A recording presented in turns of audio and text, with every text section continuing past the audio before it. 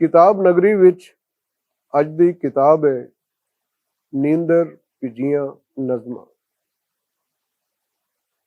ते इहदे खालक ने सलीम शहजाद।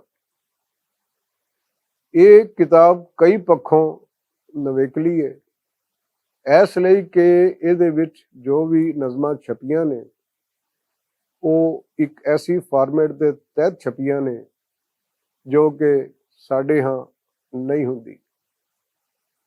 ये फॉर्मेट इंग्लिश दे विच शुरू हुई, अंग्रेजी जबान विच कुछ शायरा ने इस हवाले दे नाल अपनी किताबां छापियां और उस तो बाद या फिर ये कुछ नमूने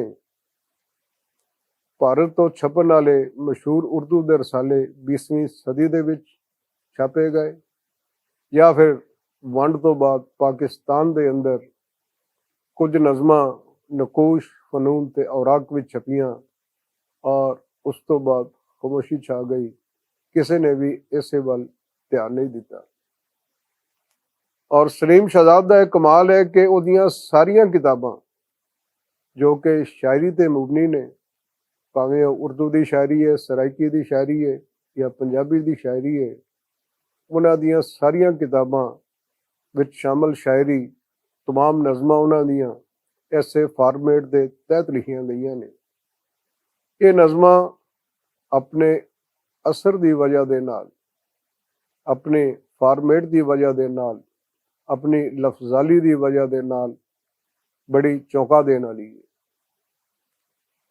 उन्हां दी शायरी का जे वैरवा करिए तो एक चीज़ समझ आती है, वो ये आती है कि हर तजर्बा अपनी हैत आप लैके आता है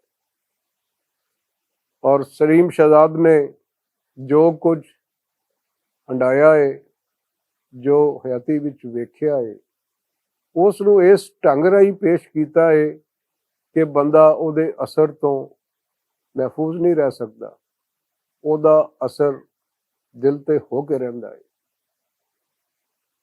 आर्ट की एक किस्म है जिन्हों असी कहने हैं नॉन फिगरेटिव आर्ट।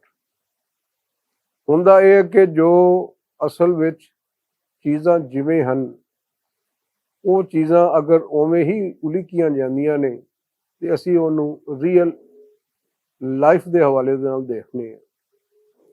ते दूजे पासे शायरी दे विच या आर्ट दे विच एक कोलाज बनाया जाता है, चीज़ां खिंडियां होंदियां ने, तजर्बे मुशाहदे खिंडे होंदे ने, दिल दियां आवां होके वो मुनशिर सूरत विच होंदियां ने ते उस कोलाज नूं समझना पैंदा है ते उस टुकड़ियां नूं रला के तस्वीर बनानी पैंदी है, समझनी पैंदी है, फिर किते जाके उहदी तासरीयत उभर के साडे सामने निखरती है।